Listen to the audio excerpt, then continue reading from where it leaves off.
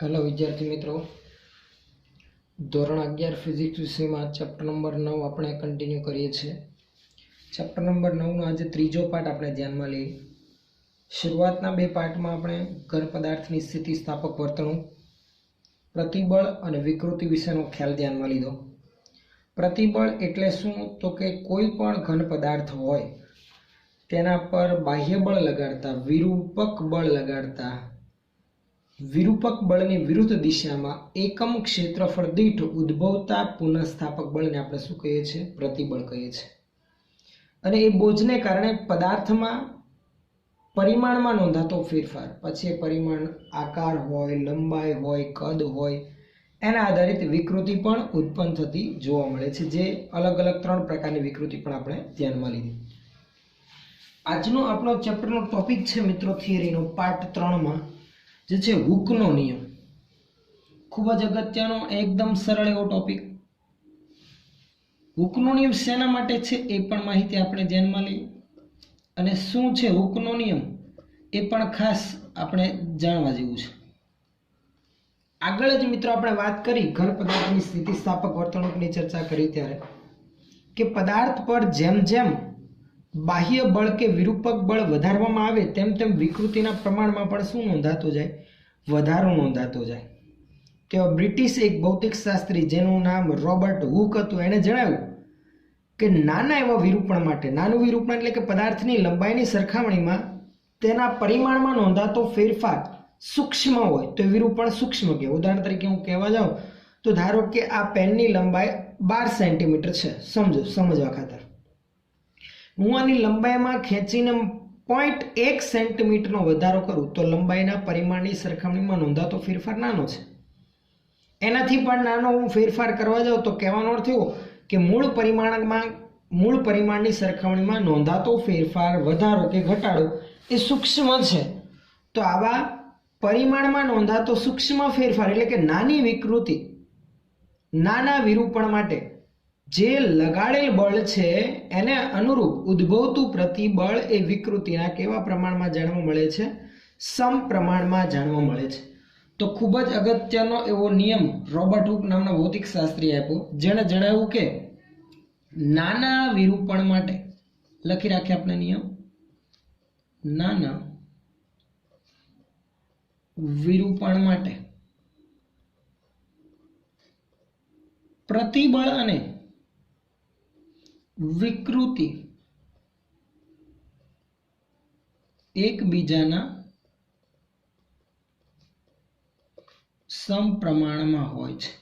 નાનું વિરૂપણ એટલે કે ઇનશોર્ટ કેટલા ટકા? તો કે લગભગ એવું કહેવાય છે કે 1% થી 5% અથવા તો એના કરતાં પણ ઓછા એવા વિરૂપણ માટે, 5% કરતાં પણ નાના એવા વિરૂપણ માટે આ પ્રતિબળ અને વિકૃતિ એકબીજાના કેવા પ્રમાણમાં જાણવા મળે છે? સમપ્રમાણમાં જાણવા મળે છે।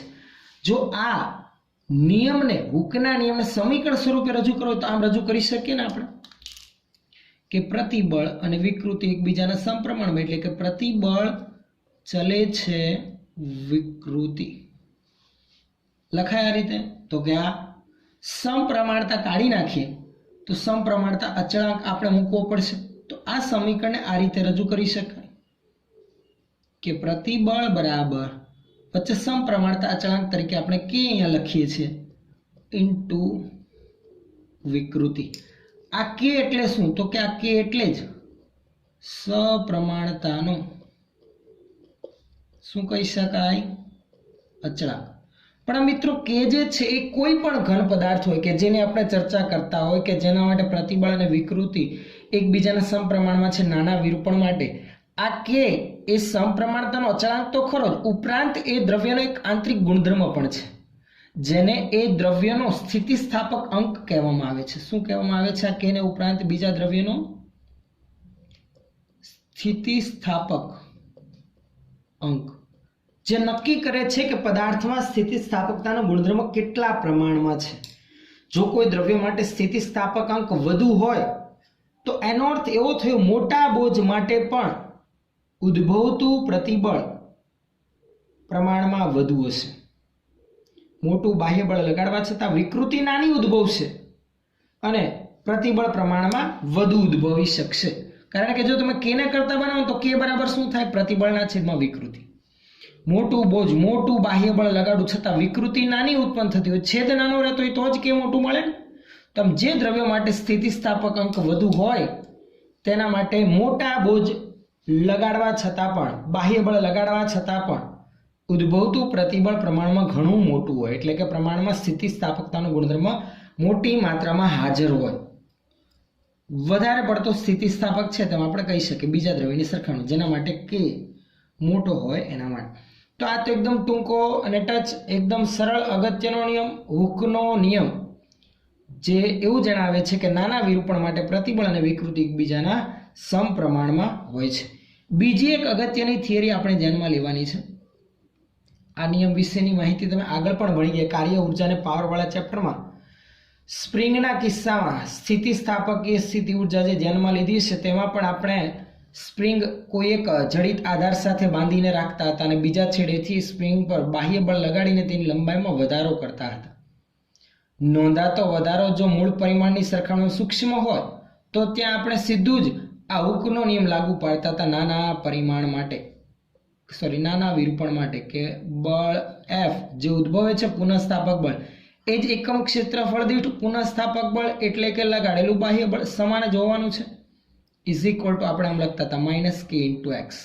યાદ છે? હૂકનો નિયમ આપણે સ્પ્રિંગના કિસ્સામાં પુનઃસ્થાપક બળ સ્વરૂપે આ રીતે પણ રજૂ કરતા હતા, કારણ કે પુનઃસ્થાપક બળ એટલે જ પ્રતિબળ, એકમ ક્ષેત્રફળ દીઠ પુનઃસ્થાપક બળ એટલે પ્રતિબળ. તો એ પુનઃસ્થાપક બળ F બરાબર -kx વડે રજૂ કરતા. x એ વિકૃતિ, પરિમાણમાં નોંધાતો નાનો ફેરફાર. ઋણ નિશાની શા માટે આવતી હતી?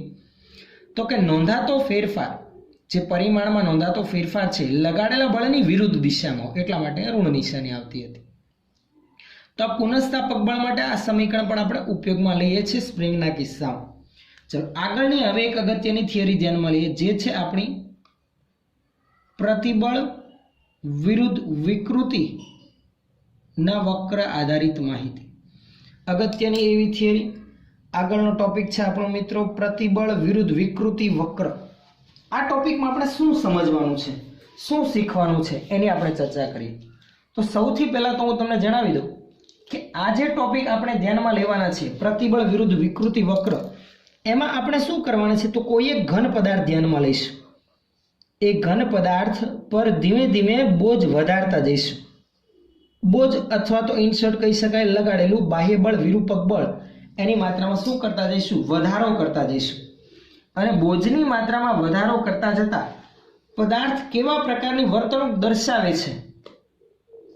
ક્યાંથી લગાડેલું બળ હટાવી લેતા મૂળ સ્થાને પાછું ફરે છે, બોજમાં વધારો કરતા કેટલી વિકૃતિ ઉદ્ભવે છે, તથા ઉદ્ભવતી વિકૃતિ લગાડેલા બોજ આધારિત સમપ્રમાણમાં છે કે નહીં તે પણ આપણે જોઈશું. એટલે સૌથી પહેલા આપણે શું કરવાનું છે? એક પદાર્થ ધ્યાનમાં લઈશું, એના પર બાહ્ય બળ એટલે કે બોજની માત્રામાં ક્રમ અનુસાર વધારો કરતા જઈશું. બોજ વધશે એટલે કે એકમ ક્ષેત્રફળ દીઠ એ પદાર્થમાં ઉદ્ભવતું પુનઃસ્થાપક બળ પણ વધશે. તો આપણે સમજવા ખાતર અમુક અગત્યની બાબત નોંધી રાખીએ. જો આપણને અહીંયા ખબર છે પ્રતિબળ એટલે કે કંઈ જ નહીં, એકમ ક્ષેત્રફળ દીઠ ઉદ્ભવતું કયું બળ? પુનઃ સ્થાપક બળ. જે કોના જેટલું હોય? લગાડેલા બોજ જેટલું, અથવા તો કહી શકાય બાહ્ય બળ જેટલું. આગળ થિયરીમાં જ આપણે ભણીએ. આ સમજવું વધારે જરૂર છે, કારણ કે વક્રમાં તો જ તમને ખ્યાલ આવશે. બરાબર છે? પ્રતિબળ એટલે કે આપણને ખ્યાલ છે તેમ એકમ ક્ષેત્રફળ દીઠ ઉદ્ભવતું પુનઃસ્થાપક બળ, જે લગાડેલા બોજ જેટલું અથવા તો બાહ્ય બળ જેટલું હોય. આપણે ધીમે ધીમે આ બોજ કે બાહ્ય બળમાં વધારો કરીશું તો પ્રતિબળ વધશે, અને સાથે સાથે બોજમાં વધારો કરવાના લીધે વિકૃતિમાં પણ શું નોંધાશે? વધારો નોંધાશે. તો આપણે એવી કોઈ એક ધાતુ માટે પ્રતિબળ વિરુદ્ધ વિકૃતિ આલેખને સમજવી. ધીમે ધીમે બોજ વધારતા જઈએ અને નોંધાતો ફેરફાર આપણે ધ્યાનમાં લેતા જઈએ. એના માટે હું સૌથી પહેલા એક નાની એવી માહિતી ધ્યાનમાં લઉં છું. જો ધ્યાન આપજો બરાબર. સમજવા ખાતર આપણે શું ધ્યાનમાં લઈએ કે એક જડિત આધાર પરથી છે ને એક આપણે ઘન પદાર્થના સળિયાને લટકાવી દઈએ. એ ઘન પદાર્થના સળિયાના બીજા છેડે આપણે ધીમે ધીમે બાહ્ય બળ વધારતા જઈશું. બાહ્ય બળમાં વધારો કરવા માટે આપણે શું લટકાવીશું? દળ લટકાવતા જઈશું, જેથી સમજવું પણ સરળ બનશે અને એને આધારિત પદાર્થમાં નોંધાતો ફેરફાર, પ્રતિબળ વિરુદ્ધ વિકૃતિનો આલેખ કેવો આવતો જાય છે એ પણ તમને સમજવો સરળ બનશે. તો હું એક ઘન પદાર્થના સળિયાને અથવા તો કહી શકાય તારને અહીંયા લટકાવું છું. બરાબર. નીચે આપણે એક અહીંયા ત્રાજવું રાખી દઈએ છીએ, જેમાં આપણે ધીમે ધીમે વજનિયા મૂકતા જઈશું અને બોજમાં શું કરતા જઈશું? વધારો નોંધતા જઈશું. આ એક આપણો ઘન પદાર્થનો સળિયો અથવા તો કહી શકાય તાર. ખ્યાલ આવે છે? નીચે જે ત્રાજવું છે એમાં આપણે ધીમે ધીમે દળની માત્રામાં વધારો કરીશું. આ એક છેડોનો ઉપર બાંધેલો છે અને બીજા છેડે આ રીતે ત્રાજવું લટકાવેલું છે. હવે આ ઘન પદાર્થના સળિયા માટે જે પણ દ્રવ્યનો બનેલો છે, હમણાં એની સ્પષ્ટતા કરવી કોઈ જરૂરી નથી, જેનો પણ બનેલો છે એના માટે બોજમાં વધારો કરતા, બોજ વધે એટલે કે પ્રતિબળ વધે, ઉદ્ભવતી વિકૃતિમાં કેવો ફેરફાર નોંધાય છે એ નોંધતા જવાનો છે, જેનો આલેખ આપણે અહીંયા બાજુમાં જ દર્શાવતા જઈએ. બરાબર છે? એટલે હું અહીંયા બાજુમાં જ વાય અક્ષ ઉપર આપણે પ્રતિબળ રાખીએ અને એક્સ અક્ષ ઉપર આપણે શું દર્શાવીએ? વિકૃતિ દર્શાવી. ધ્યાન આપજો. બરાબર. એક્સ અક્ષ ઉપર આપણે શું રાખીએ? વિકૃતિ.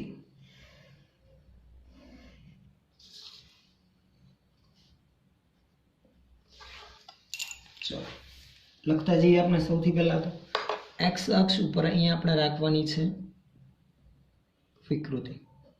એના માન વિશે આપણે વધારે ચર્ચા નહીં કરીએ. એનો આપણે સચોટ અંદાજ ધ્યાનમાં લેવા કરતા આપણે મૂલ્ય વગર અંદાજિત માહિતી આધારિત આગળ વધારીશું પરિણામ મેળવવા માટે. એટલે હું કોઈ એક્સ અક્ષ કે વાય અક્ષ ઉપર તમને જે રીતે ટેક્સ્ટ બુકમાં મૂલ્યો આધારિત માહિતી દર્શાવેલી છે તે મૂલ્યો હું અહીંયા હમણાં લખતો નથી. બરાબર છે? એટલે તમારે ખાસ એ માહિતી ધ્યાનમાં લેવાની. આપણે અહીંયા વાય અક્ષ ઉપર રાખવાનું છે પ્રતિબળ.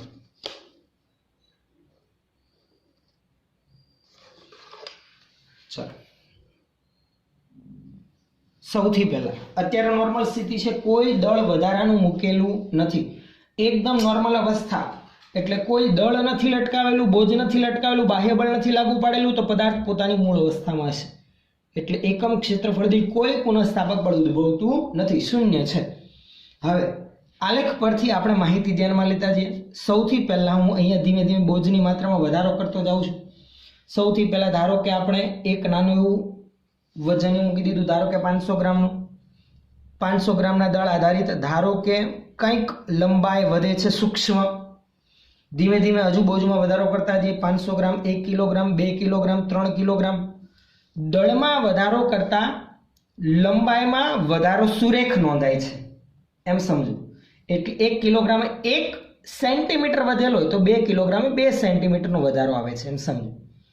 3 કિલોગ્રામ દળ મૂકતા લંબાઈનો વધારો એક સરખો આવે, એટલે કે વિકૃતિ એક સરખી ઉદ્ભવે છે. પ્રતિબળમાં વધારો કરતા વિકૃતિમાં નોંધાતો વધારો એક સરખો છે, એટલે આલેખ કેવો? સુરેખ.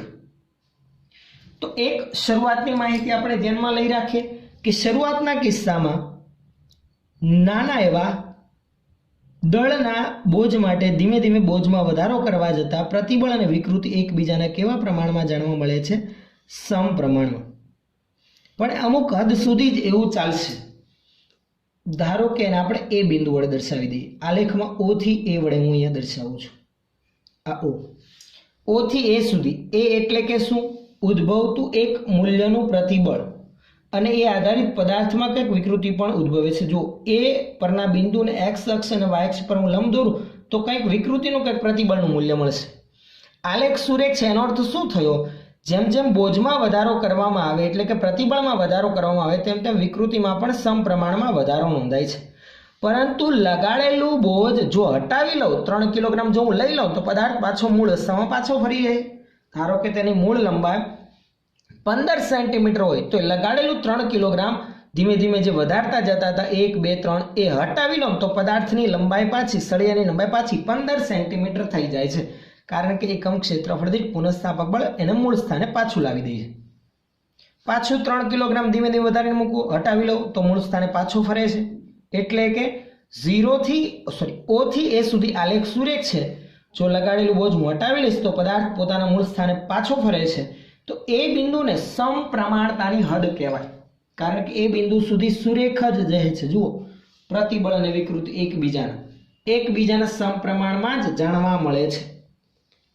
તો આજે એ બિંદુ છે એ કયું બિંદુ કહેવાય? સપ્રમાણતાની હદ.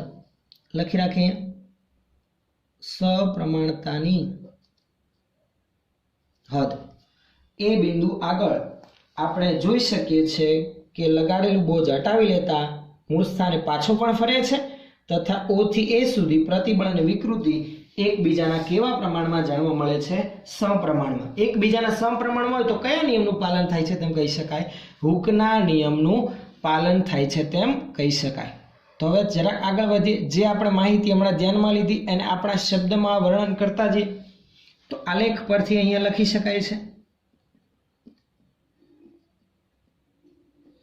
આલેખ પરથી આપણે શું કહી શકીએ છીએ? તો કે આટલા ભાગમાં ક્લિયર ખ્યાલ આવે છે કે O થી A સુધી વક્ર સુરેખ છે. O થી A સુધી વક્ર સુરેખ છે. ક્લિયર દેખાય છે આપણને? સીધી રેખામાં જાણવા મળે છે. O થી A સુધી કોઈ વધારાનો ફેરફાર નોંધાતો નથી. જેમ પ્રતિબળ વધે છે તેમ વિકૃતિમાં પણ શું નોંધાતો જાય છે? વધારો નોંધાતો જાય છે. એટલે કે હૂકના નિયમનું પાલન થાય છે. લખી રાખીએ, હૂકના નિયમનું પાલન થાય છે. સિગ્મા પ્રોપોર્શનલ ટુ E જાણવા મળે છે. સમપ્રમાણતામાં દેખાય આવે છે. સુરેખ આલેખ આપણને ક્લિયર ખ્યાલ આવે છે. આટલું તો વસ્તુ ક્લિયર છે. ચલો હવે અહીંયાથી આગળ બીજી આપણે શું માહિતી ધ્યાનમાં લીધી કે હૂકના નિયમનું પાલન તો થાય છે, આલેખ તો સુરેખ સમપ્રમાણમાં જોવા મળે છે, પણ જે એ બિંદુ સુધી આપણને એવું જાણવા મળ્યું તે બિંદુને કહેવાય સપ્રમાણતા. આટલે સુધી સપ્રમાણમાં જોવા મળે છે. એટલે 3 કિલોગ્રામ માટે જ આવું પોસિબલ બને છે. પ્રતિબળમાં વધારો કરતા વિકૃતિમાં એક સરખો વધારો નોંધાતો જાય છે, સપ્રમાણમાં જોવા મળે છે. પણ ક્યાં સુધી? એ બિંદુ સુધી. તો એ બિંદુને શું કહેવાય? સપ્રમાણતાની હદ. આનાથી વધારે આપણે બોજ વધારીશું ત્યારબાદ આ પ્રતિબળ અને વિકૃતિનો સંબંધ સુરેખ રહેતો નથી. તો એ બિંદુને કહેવામાં આવે છે સપ્રમાણતાની હદ. એ બિંદુ એટલે કે લખી રાખીએ, સપ્રમાણતાની હદ.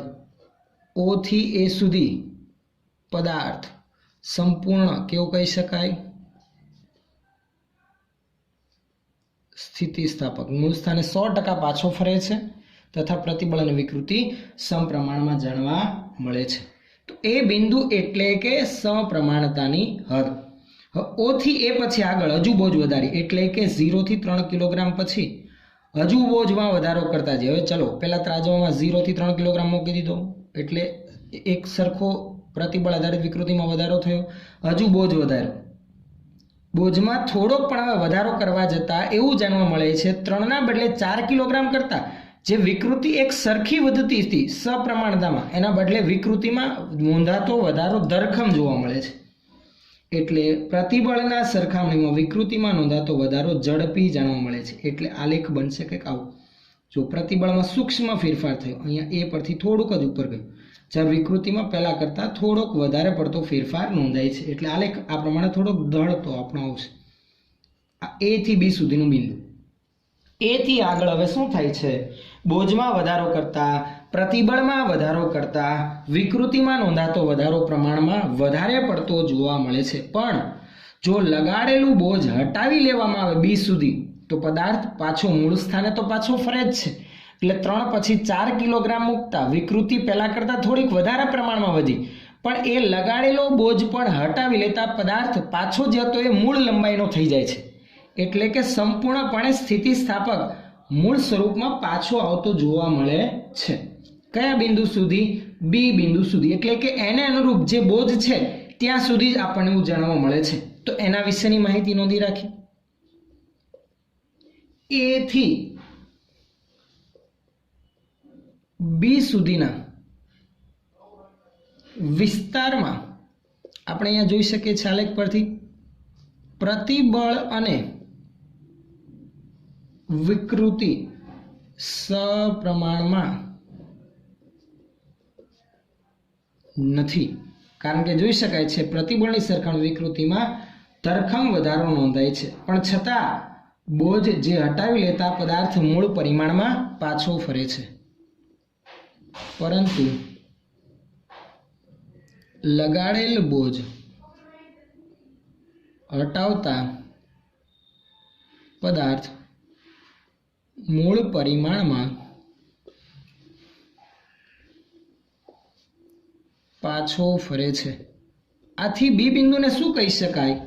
તો કે બી બિંદુને સ્થિતિસ્થાપકતાની હદ કહી શકાય. બી બિંદુ સુધી જેવું પોસિબલ બને છે કે લગાડેલું બોજ હટાવી લેતા પદાર્થ પોતાના મૂળ સ્થાને પાછો ફરે છે. તો બી બિંદુને શું કહી શકાય?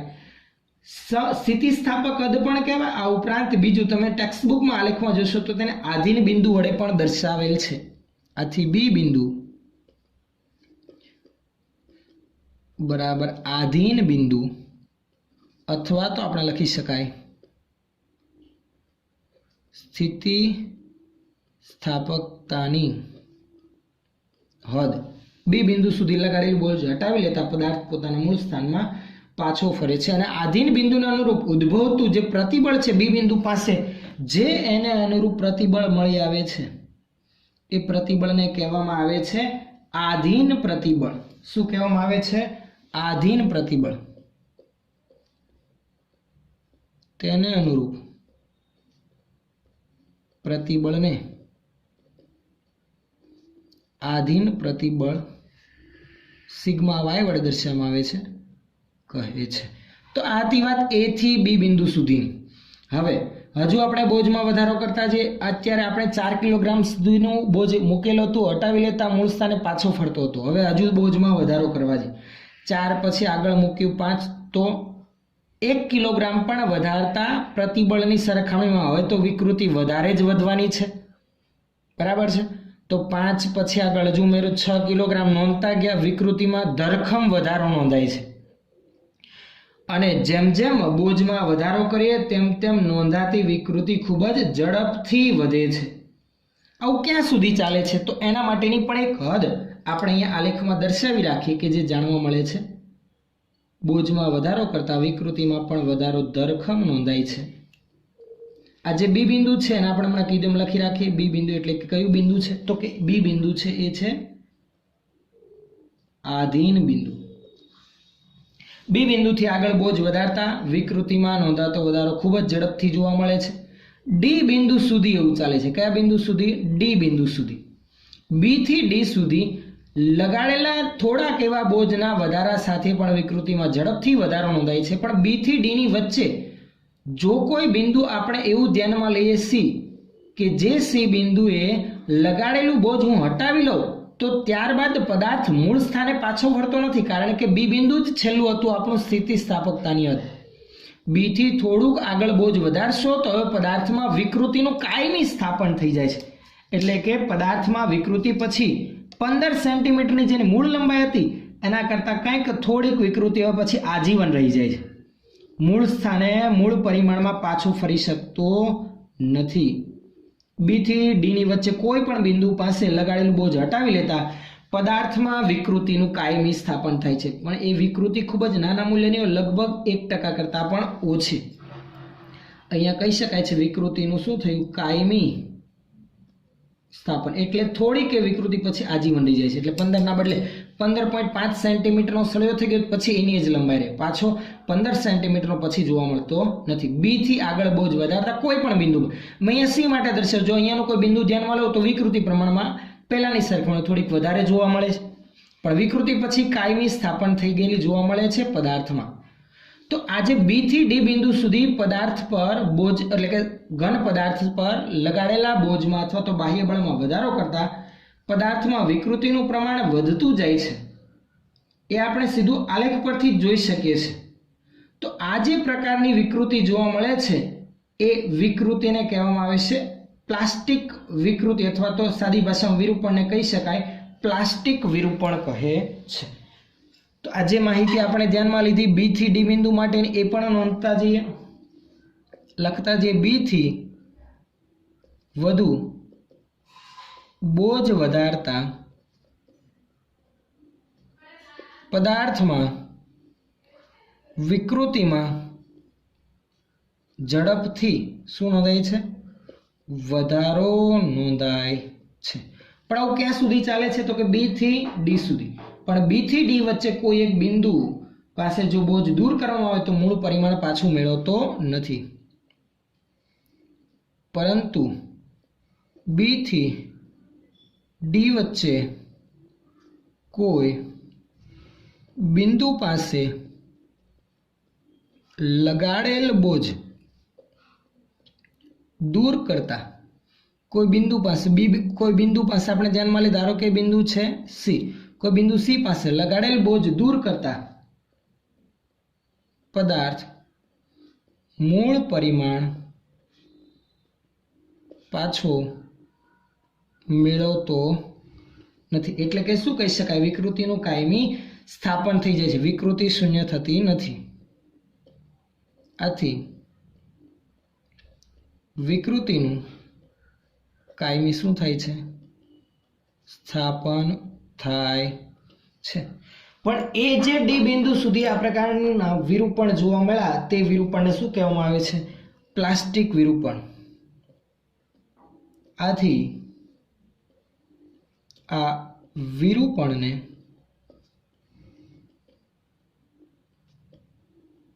પ્લાસ્ટિક વિરૂપણ કહે છે. મિત્રો, ચેપ્ટરની શરૂઆતમાં જ આપણે વાત કરી પ્લાસ્ટિક પદાર્થો કોને કહેવાય? કારણ કે એમાં લગાડેલું બોજ હટાવી લેતા જોવા મળતી વિકૃતિ પછી એમની એમ જ રહે છે. આથી એ વિરૂપણને પ્લાસ્ટિક વિરૂપણ કહેવાય અને ગુણધર્મને પ્લાસ્ટિસિટી કહીએ છીએ. પરંતુ આ જે ડી બિંદુ છે એ ડી બિંદુને શું કહેવાય? અંતિમ તણાવ પ્રબળતા. આટલે સુધી પ્રતિબળ ઉત્પન્ન થયું, મેક્સિમમ. જ્યાં ડી બિંદુ બરાબર શું કહી શકાય? દ્રવ્યની અંતિમ તણાવ પ્રબળતા, અથવા તો કહી શકાય ઉદ્ભવતું મેક્સિમમ પ્રતિબળ. આનાથી વધારે હવે પદાર્થમાં પ્રતિબળ ઉદ્ભવી શકશે નહીં. હવે બોજ વધારીશું ને તો હવે કઈ હજુ વધારે એકમ ક્ષેત્રફળ દીઠ પુનઃસ્થાપક બળ વધવાનું નથી. આ મેક્સિમમ લિમિટ છે. અંતિમ તણાવ પ્રબળતા, જેને આપણે સિગ્મા યુ વડે પણ દર્શાવીએ છીએ. હવે આપણે એમ કહીએ કે ડી થી વધુ બોજ વધારીશું, અથવા તો આપણે વાત કરીએ ડી બિંદુ પાસે, ઉદાહરણ તરીકે લખીએ, પહેલા બી બિંદુ સુધી 3 કિલોગ્રામ જેટલું હતું. 3 થી વધારે આગળ બોજ વધારીને હટાવી લેતા વિકૃતિનું કાયમી સ્થાપન થાય છે. પણ એ બોજ વધારતા 10 કિલોગ્રામ સુધી આપણે એમ કહીએ કે ભાઈ પદાર્થમાં પ્રતિબળ એકમ ક્ષેત્રફળ દીઠ ઉદ્ભવતું પુનઃસ્થાપક બળ ઉત્પન્ન થતું જોવા મળે છે. પરંતુ 10 કિલોગ્રામ પછી હજુ આગળ આપણે ધારો કે બોજ વધારવાના બદલે ઘટાડીએ કે લગાડેલું બોજ આપણે હવે હટાવી લીધું તો એમી સ્થાપન થઈ ગયું. પણ હવે 10 નહીં, ખાલી હું 2 કિલોગ્રામ પણ મૂકીશ ને ડી બિંદુ પછી તો પણ પદાર્થમાં વિકૃતિ વધતી જોવા મળે છે. એટલે હવે પદાર્થ એવી સ્થિતિમાં પહોંચી ગયો કે થોડુંક પણ હવે બોજ ઘટાડવા છતાં વિકૃતિમાં શું નોંધાય છે? વધારો નોંધાય છે. તો કહેવાનો અર્થ એવો કે હવે બોજમાં વધારાના બદલે ઘટાડો કરવા છતાં પણ વિકૃતિ વધે છે. અને એ બિંદુ આગળ પદાર્થ પછી વધુ વિકૃતિ સહન નથી કરી શકતો, તૂટી જાય છે. એટલે આટલી મેક્સિમમ વિકૃતિ ઉત્પન્ન થઈ શકે. તો એ મુદ્દા લખી રાખીએ. હવે આ ડી બિંદુથી આગળ બોજમાં ઘટાડો કરવા છતાં વિકૃતિ વધે છે અને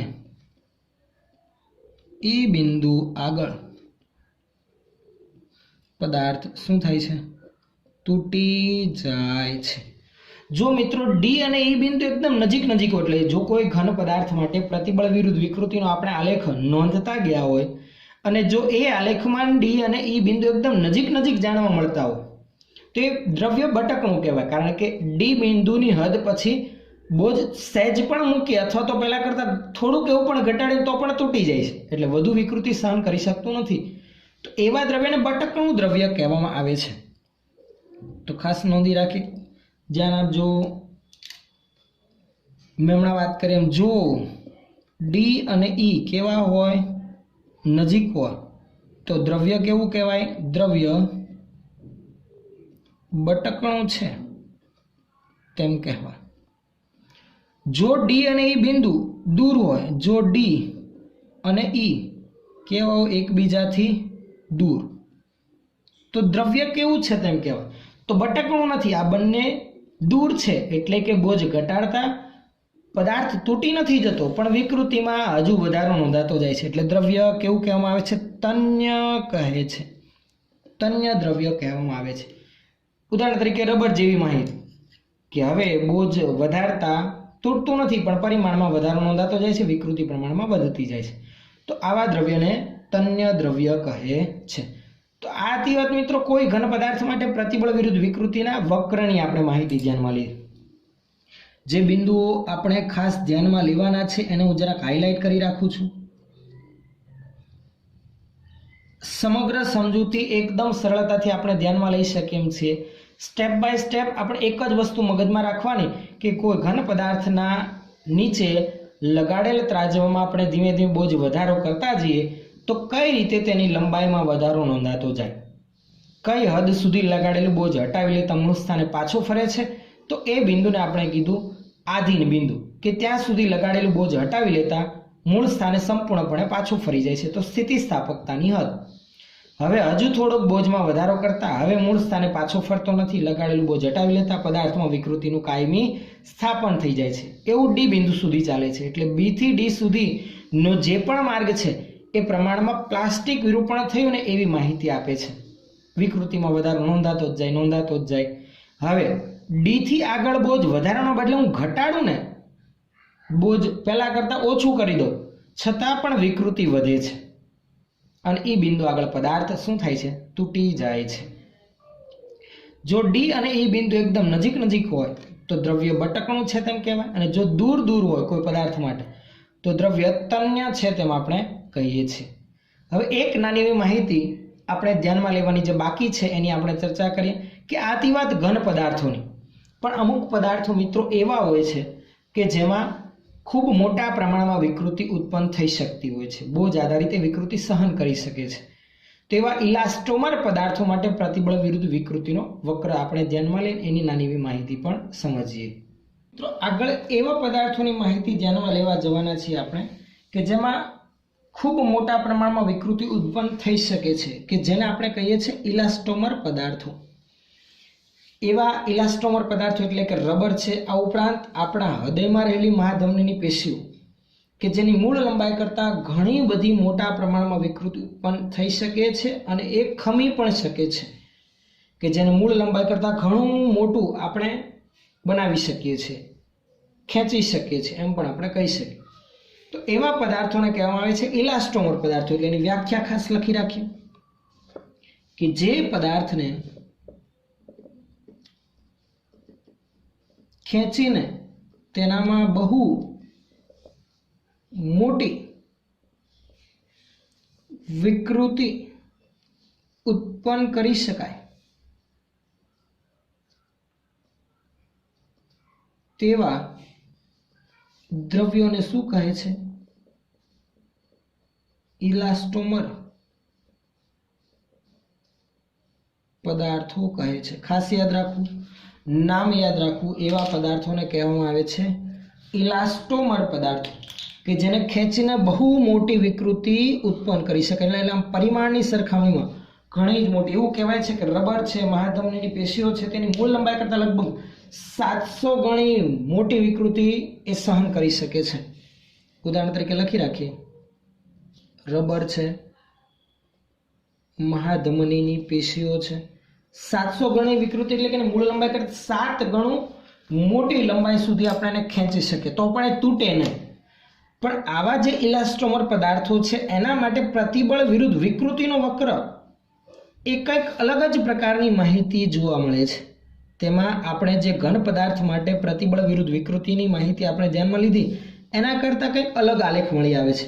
જો એવા દ્રવ્યો માટે વાય અક્ષ ઉપર આપણે પ્રતિબળ અને એક્સ અક્ષ ઉપર આપણે વિકૃતિ ધ્યાનમાં લઈને આલેખ ધ્યાનમાં લઈએ ને તો એનો આલેખ સુરેખ ન રહેતા કંઈક આ પ્રકારનો જાણવા મળે છે. એટલે કે શરૂઆતમાં બોજમાં ઘણો બધો વધારો કરવા છતાં વિકૃતિ વધતી નથી અને અમુક હદ બાદ વિકૃતિ પછી વધતી નથી પણ પ્રતિબળમાં વધારો નોંધાતો જાય છે. આ કયા પદાર્થો માટેની માહિતી આપણે ધ્યાનમાં લીધી?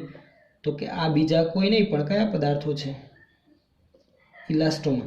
અહીંયા જોઈ શકાય, જો પહેલાની જેવો સુરેખ ભાગ નથી કે જેમાં શું હતું, ઘન પદાર્થ માટે O થી A સુધી આલેખ સુરેખ હતો, એટલે કે પ્રતિબળ અને વિકૃતિ સમપ્રમાણતામાં જોવા મળતા. અહીંયા એવો કોઈ સમપ્રમાણતાનો વિસ્તાર નથી.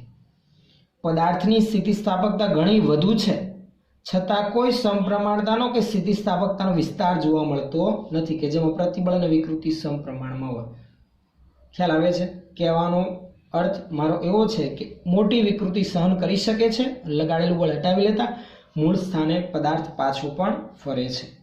સ્થિતિસ્થાપકતા ઘણી વધુ હોય છે આવા ઇલાસ્ટોમર પદાર્થોની. તો આ હતી વાત મિત્રો પ્રતિબળ અને વિકૃતિ વિશેની. નેક્સ્ટ જ્યારે આપણે પાછા મળીશું ત્યારે અહીંયાથી આગળ જે હુકના નિયમમાં આપણે સ્થિતિસ્થાપક અંકની વાત કરી એવા ઘન પદાર્થોના જુદા જુદા એવા 3 પ્રકારના સ્થિતિસ્થાપક અંકોની ચર્ચા કરીશું. યંગ મોડ્યુલસ, બલ્ક મોડ્યુલસ અને મોડ્યુલસ ઓફ રિજિડિટી વિશેની.